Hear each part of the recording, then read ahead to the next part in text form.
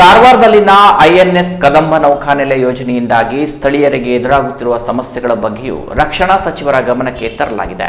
ಈ ಬಗ್ಗೆ ದೆಹಲಿಯಲ್ಲಿ ಅಧಿಕಾರಿಗಳೊಂದಿಗೆ ಮಾತನಾಡಿ ಪರಿಹಾರ ಕಲ್ಪಿಸುವ ಪ್ರಯತ್ನ ನಡೆಸುವುದಾಗಿ ಭರವಸೆ ನೀಡಿದ್ದಾರೆ ಎಂದು ಸಂಸದ ವಿಶ್ವೇಶ್ವರ ಕಾಗೇರಿ ತಿಳಿಸಿದರು.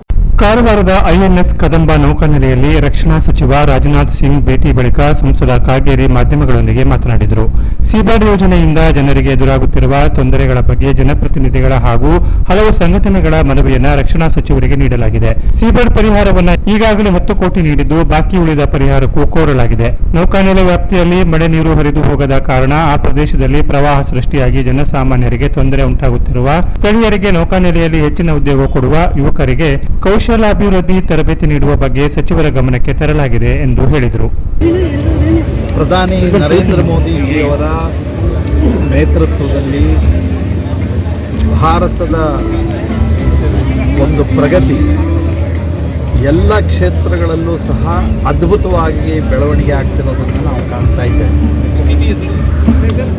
ಬಾಹ್ಯಾಕಾಶ ಕ್ಷೇತ್ರದಿಂದ ಹಿಡಿದು ಪ್ರತಿ ಕ್ಷೇತ್ರವನ್ನು ನಾವು ವಿಶ್ಲೇಷಣೆ ಮಾಡಿದರೆ ಜಗತ್ತಿನ ವೇಗಕ್ಕೆ ಸರಿಸಮವಾಗಿ ಭಾರತ ನಿಲ್ತಾ ಇರೋದನ್ನು ನಾವು ನೋಡ್ತಾ ಇದ್ದೇವೆ. ಇನ್ನೂ ಕೆಲವು ಕ್ಷೇತ್ರದಲ್ಲಿ ಜಗತ್ತಿನ ಅನೇಕ ದೇಶಗಳಿಗಿಂತ ಭಾರತ ಮುಂದಿರೋದನ್ನು ನಾವು ನೋಡ್ತಾ ಇದ್ದೇವೆ.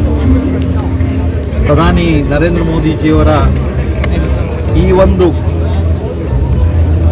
ಬದ್ಧತೆಯ, ಈ ಒಂದು ವಿಶಾಲ ದೃಷ್ಟಿಕೋನದ, ದೂರದೃಷ್ಟಿಯ ನಾಯಕತ್ವ ನಮ್ಮ ದೇಶಕ್ಕೆ ಸಿಕ್ಕಿರೋದು ಬಹಳ ಒಂದು ಸುದೈವದ ಸಂಗತಿ ಅಂತ ನಾನು ಭಾವಿಸ್ಕೊಳ್ತೀನಿ. ಇವತ್ತು ನಮ್ಮ ಕಾರವಾರದ ಈ ಸೀಬರ್ಡ್ ನೇವಲ್ ಬೇಸ್ ಯೋಜನೆಗೆ ಕೇಂದ್ರದ ರಕ್ಷಣಾ ಸಚಿವರಾದಂಥ ಹಿರಿಯರಾದ ಶ್ರೀಯುತ ರಾಜನಾಥ್ ಸಿಂಗ್ ಜಿ ಅವರು ಬಂದಿರೋದು ಬಹಳ ಸಂತೋಷದ ಒಂದು ಕ್ಷಣ. ಇವತ್ತು ಅವರು ಒನ್ ನೇಷನ್ ಒನ್ ಮಿಷನ್ ಅನ್ನುವಂತಹ ಯೋಜನೆಯಲ್ಲಿ IOS ಸಾಗರ್ ಅನ್ನುವಂತಹ ಒಂದು ನೌಕೆಯನ್ನು ಇವತ್ತು ವಿವಿಧ ದೇಶಕ್ಕೆ ಸಂಚರಿಸೋದಕ್ಕೆ ಈಗ ಫ್ಲಾಗ್ ಆಫ್ ಮಾಡಿರೋದನ್ನು ನಾವು ನೋಡಿದ್ದೀವಿ, ನಾವೆಲ್ಲರೂ ಸಾಕ್ಷಿಯಾಗಿದ್ದೀವಿ.